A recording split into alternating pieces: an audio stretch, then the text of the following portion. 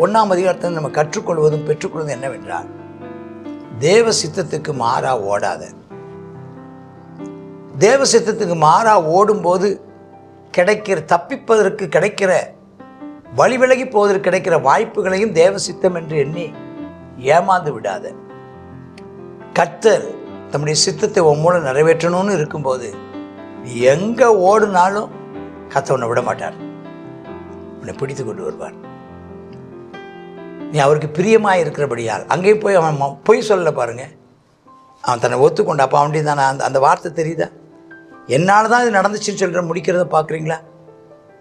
அப்படி சொன்னபோது கர்த்தர் அவனுக்காக அவனை கொண்டு தம்முடைய சித்தத்தை செய்ய இன்றைக்கும் ஒரு வழி விலகி தூரமாக போயிருந்தீனாலும் பரவாயில்ல, இன்றைக்கி இந்த வசனம் உனக்கு நேராக வருமானால் கர்த்தர் அவன் சித்தத்தை செய்ய நான் அர்ப்பணிக்கிறேன்னு இருக்கிற இடத்துல அவனை ஒப்புக்கொடு.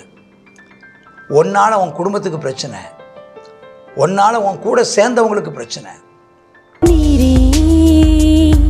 இனி வாழ்த்திடும் தேவன் நீரே, இனி காத்திடும் தேவன் நீரே, இனி தீற்றிடும் தேவன் நீரே, உருவாக்கிடும் தேவன் நீரே, இனி காத்திடும் தேவன் நீரே, இனி தீற்றிடும் தேவன் நீரே, இனி வாழ்த்திடும் தேவன் நீரே, உருவாக்கிடும் தேவன் நீரே,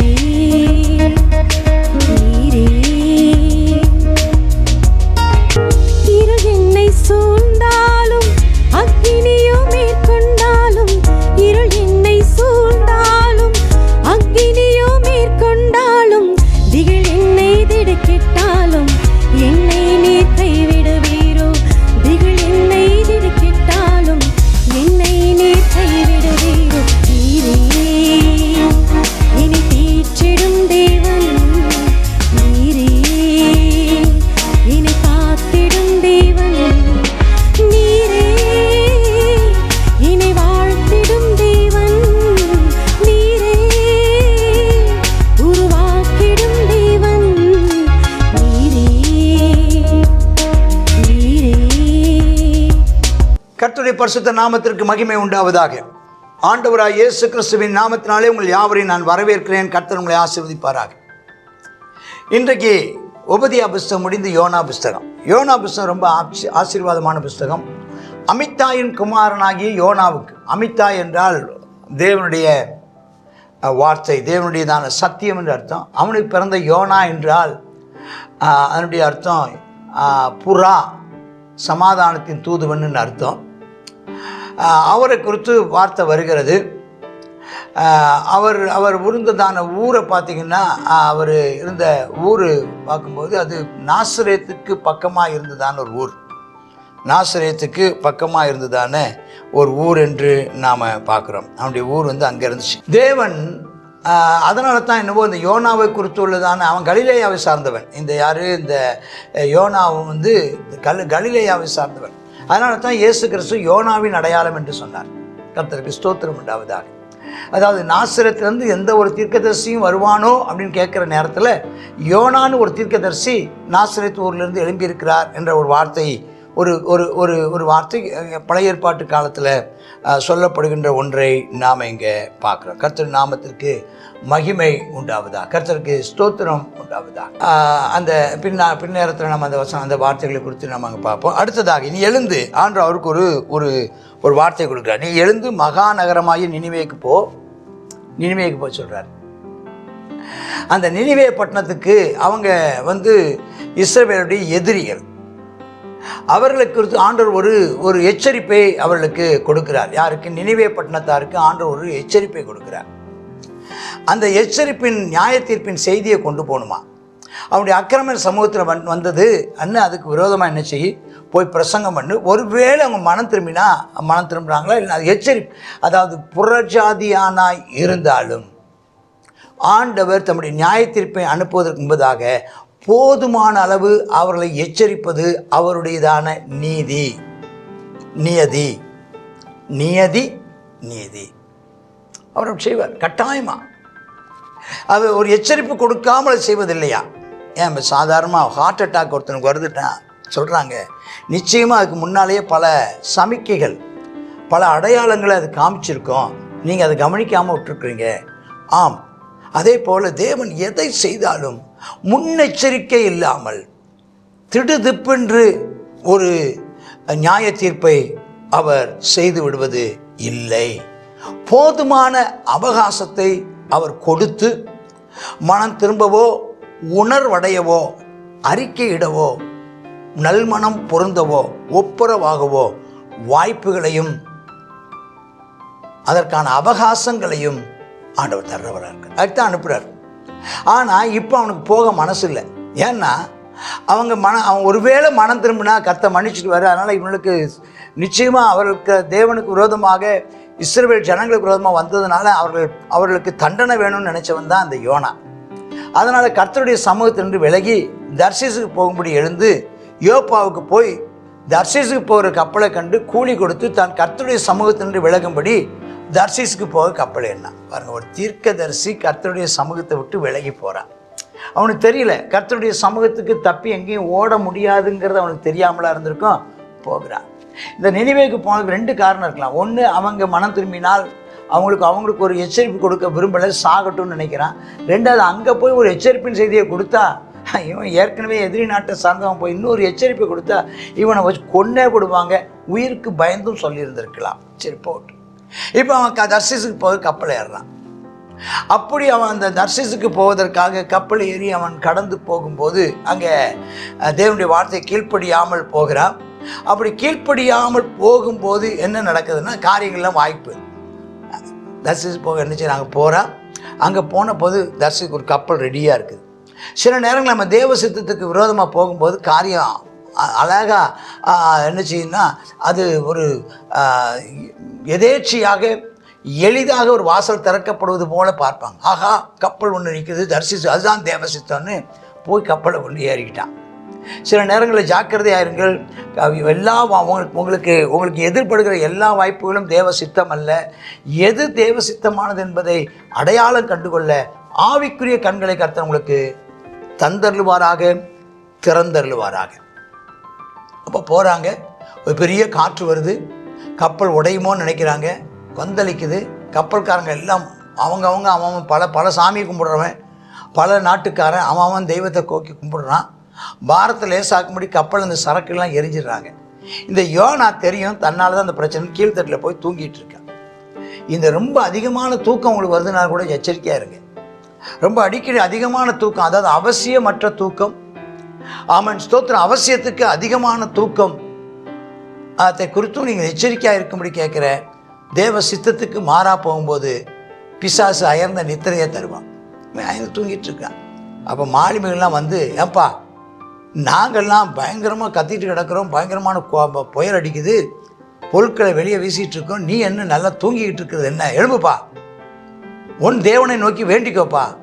ஒருவேளை சுவாமி, இங்கே சுவாமின்னு ஒரு வார்த்தை வந்து பாருங்கள். சுவாமிங்கிறது புறஜாதிகள் அவருடைய தெய்வங்கள். அதனால தான் நம்ம ஜெபம் பண்ணும்போது கூட சுவாமி சுவாமின்னு சொல்லாதீங்க, சாமி சாமின்னு சொல்லாதீங்க. கர்த்தாவே அப்பா சொல்லுங்கள், ஏசப்பா சொல்லுங்கள், இயேசுவே சொல்லுங்கள், பிதாவே சொல்லுங்கள், ஆண்டவரே சொல்லுங்கள், கர்த்தாவே சொல்லுங்கள், சாமின்னு சொல்லாதீங்க அப்படின்னு சொல்லுங்கள். புயல் வர காரணம் என்ன? அவங்க எல்லாம் சொன்னாங்க, யார் மேலே வந்துச்சு சீட்டு போடுவோன்னு எல்லாம் சீட்டு போடுறாங்க. சீட்டு போட்டால் யோனா பேருக்கு வருது. அவன் பார்த்தான், எப்பா நீ யார், எதுக்கு இந்த ஆபத்து நேற்று சொல்லு, உன் தொழில் என்ன, நீ எங்கேருந்து வர்ற, உன் தேசம் என்ன, நீ என்ன ஜாதியார்? நான் சொன்னேன், நான் எபிரேயனப்பா. அப்புறம் சொல்கிறான், நான் சமுத்திரத்தையும் பூமி உண்டாக்கின பரலோகத்தின் தேவனாய் கர்த்தரிடத்தில் பயபக்தி உள்ளவன், தீர்க்கதரிசி. நான் வானத்தையும் பூமி உண்டாக்கின கர்த்தரிடத்திலிருந்து வர்றேங்கிறான். இதை சொன்ன உடனே விலகி ஓடி போகிறேன் தங்களை அறிவித்ததுனால பயந்து ஏன் இதை செய்தேன்னு கேட்குறாங்க. பின்ன சமுத்திரம் அதிகமாய் கொந்தளித்து கொண்டிருந்தபடியால் அவனை நோக்கி, சமுத்திரம் நமக்கு அமரும்படி உனக்கு என்னப்பா செய்யணும்னு சொல்லு, அடங்க மாட்டேங்குதே, நீ தப்பு பண்ணிட்டு இங்கே உட்காந்துருக்கிற, எப்படி தேவ சமூகத்தை தப்பி வந்திருக்கிறிய, அவரை வணங்குகிற நீ ஏன் இப்படி செஞ்ச? சொன்ன, என்னை தூக்கி சமுத்திரத்தில் போட்டுருங்க, சமுத்திரம் உங்களுக்கு அமர்ந்திருக்கணும், என் நிமித்தம் அந்த கொந்தளிப்பு உங்கள் மேல் வந்தது என்பது எனக்கு தெரியுங்கிறான்.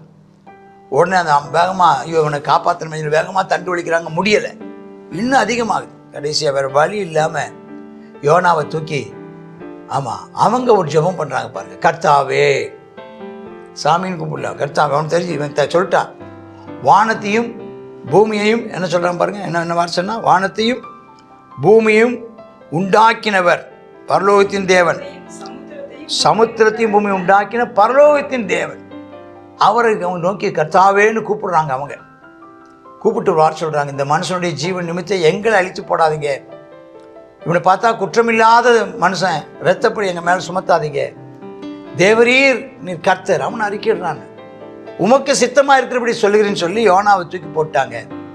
மும்முரம் அமர்ந்து போச்சான். அவங்க கர்த்தருக்கு பயந்து கர்த்தரை பண்ணிட்டு பொருத்தனை பண்ணி அவங்க ரட்சிக்கப்பட்டாங்க. அவங்க கர்த்தரை பற்றி தெரிஞ்சுக்கிட்டாங்க. அவள் கர்த்தர் அறிவு அவங்களுக்கு வந்துச்சு, பல தேசத்து மக்களுக்கு. இந்த யோனா விழுங்கும்படி ஒரு பெரிய மீனை கர்த்தரை ஆயத்தப்படுத்தி இருக்கிறாரு. அந்த வயிற்றுக்குள்ளே போய் அவன் போயிட்டான். 3 நாள் அங்கே இருக்கிறான். இப்போ இந்த 1ஆம் அதிகாரத்தில் நம்ம கற்றுக்கொள்வதும் பெற்றுக்கொள்வதும் என்னவென்றால், தேவ சித்தத்துக்கு மாறா ஓடாத. தேவ சித்தத்துக்கு மாறா ஓடும்போது தப்பிப்பதற்கு கிடைக்கிற, வழி விலகி போவதற்கு கிடைக்கிற வாய்ப்புகளையும் தேவ சித்தம் என்று எண்ணி ஏமாந்து விடாத. கர்த்தர் தம்முடைய சித்தத்தை உன் மூலம் நிறைவேற்றணும்னு இருக்கும்போது நீ எங்கே ஓடுனாலும் கர்த்தர் உன்னை விட மாட்டார், உன்னை பிடித்து கொண்டு வருவார். நீ அவருக்கு பிரியமாக இருக்கிறபடியால் அங்கேயும் போய் அவன் பொய் சொல்லலை பாருங்க. அவன் தன்னை ஒத்துக்கொண்டு, அப்போ அவன்கிட்ட தானே அந்த வார்த்தை தெரியுதா, என்னால் தான் இது நடந்துச்சுன்னு சொல்கிற முடிக்கிறத பார்க்குறீங்களா? அப்படி சொன்னபோது கர்த்தர் அவனுக்காக அவனை கொண்டு தம்முடைய சித்தத்தை செய்ய, இன்றைக்கும் ஒரு வழி விலகி தூரமாக போயிருந்திருந்தாலும் பரவாயில்ல, இன்றைக்கி இந்த வசனம் உனக்கு நேராக வருமானால் கர்த்தர் அவன் சித்தத்தை செய்ய நான் அர்ப்பணிக்கிறேன்னு இருக்கிற இடத்துல அவனை ஒப்புக்கொடு. ஒன்னால் உன் குடும்பத்துக்கு பிரச்சனை, ஒன்னால் உன் கூட சேர்ந்தவங்களுக்கு பிரச்சனை, உன்னால் பல குழப்பங்களுக்கும் தோல்விகளுக்கும் இழப்புகளுக்கும் நீ காரணமாக இருக்கிற. நீ சித்தத்துக்கு ஒப்பு கொடுப்பாயானால், நீ சித்தத்துக்கு ஒப்பு கொடுத்து கர்த்தருக்கு விட்டு கொடுப்பாயானால், உன் நிமித்தம் குடும்பத்துக்கு சமாதானம் ஆகும், அநேகர் ரட்சிக்கப்படுவாங்க. உன்னையோ பாதுகாக்க கர்த்தர் மீனை கட்டளையிடுவார். நீ நிச்சயமாக தேவ சித்தம் செய்வாய் மகனே, நீ தேவ சித்தம் செய்வாய் மகளே. எங்கே போனாலும் அவருடைய சித்தமும் நோக்கமும் உண்மையில் இருக்குமே ஆனால் நீ அவர் மேல் இன்னும் பயபக்தியாய் இருப்பாய். அவன் சொல்கிறான் பாருங்க, பயபக்தியாய் இருக்கிறவன் இருந்தேன்ல அவன் சொல்கிறான். அந்த வார்த்தையை நல்லா கவனிங்க. அவன் சொல்கிறான், பயபக்தி உள்ளவன் நான். பயபக்தியாய் இருந்தவன் சொல்லலை, பயபக்தியாய் இருக்கிறவன் சொல்லுகிறான். அந்த பயபக்தி மட்டும் உனக்கு இருக்குமே ஆனால், இன்னும் உனக்குள்ள அந்த பயபக்தி இருக்குமானால், இன்னும் அந்த விசுவாசமும் அந்த நம்பிக்கையும் தேவன் பேரில் இருக்குமே ஆனால் விட்டு விடுவதில்லை. உன்னை கர்த்தர் மகிமையாய் பயன்படுத்துவார். கர்த்தர் உன்னை ஆசீர்வதிப்பாராக. ஆமென், ஆமென். God bless you.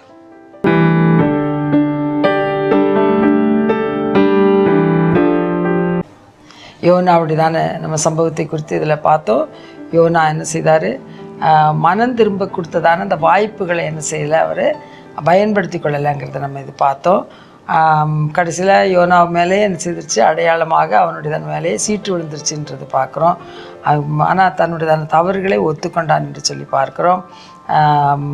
அடுத்ததாக சொல்லும்போது, சமுத்திரத்தையும் பூமியும் உண்டாக்கினதான கர்த்தரிடத்தில் நான் பயபக்தி உள்ளவன் என்பதை என்ன செய்கிறான், அறிக்கை செய்கிறான் என்று சொல்லி பார்க்குறோம்.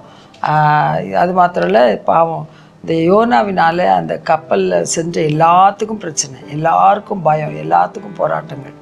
ஆகையினால இன்றைக்கி தேவ சித்தத்துக்கு மாறாக செல்லும்போது அவன் நமக்கு நம்மால் மற்றவர்களுக்கும் பாதிக்கப்படாதபடிக்கு தேவ சித்தத்தின் மையத்தில் செயல்பட கர்த்தர் நமக்கு அனுக்கிரகம் செய்யும்படியாக ஜெபிப்போமா. அப்பா, ஸ்தோத்திரம் ஆண்டவரே, இந்த நாள்லேருந்து யோனாவுடையதான காரியங்களை குறித்து நாங்கள் பார்க்குறோம். அப்பா, நாங்கள் உங்களுடைய சித்தத்தின் மையத்தில் நாங்கள் செயல்படணும்ப்பா. ஒவ்வொரு நிமிடமும் அப்பா உம்முடைய சத்தம் கேட்கிற இடத்துல நாங்கள் இருக்கணும். உம்முடைய சித்தம் செய்யத்தக்கதாக எங்களுடைய இருதயத்தை நீர் பக்குவப்படுத்துவீராக. கர்த்தாவே, ஸ்தோத்திரம் இயேசப்பா. ஆமேனப்பா. அந்த எபிரேயன் நான் கர்த்தர் மேலே பயபக்தி உள்ளவன் என்று சொன்னாலும் ஆமேனப்பா, நாங்கள் உம்முடைய தான் சித்தத்தை செய்யாதவர்களாக இருந்தால் நீர் ஆமேனப்பா எங்களை கர்த்தாவே அப்பா ஸ்தோத்திரம் ஆண்டவரே. ஆமென். அப்போ எப்படியானாலும் உம்முடைய சித்தத்தை செய்வதற்கு அப்பா எங்களை நீர் கர்த்தாவே கொண்டு வருவீர் என்பதை நாங்கள் அறிந்திருக்கிறோம். ஆமென் அப்பா. இப்படியெல்லாம் பாடுகள் படாமல் உம்முடைய சித்தத்தை நேரடியாக செய்து உம்முடைய ஆமென் அப்பா உமக்கு பிரியமாய் வாழ்ந்து அப்பா உம்முடைய ஆமென் கிரியைகளை ஆமென் அப்பா நாங்கள் செய்ய ஜாக்கிரதை உள்ளவர்களாக இருக்க எங்களுக்கு உதவி செய்யும். இயேசுவின் நாமத்தில் ஜெபிக்கிறோம். ஜெபம் கேளும் ஜீவனுள்ள எங்கள் நல்ல பிதாவே.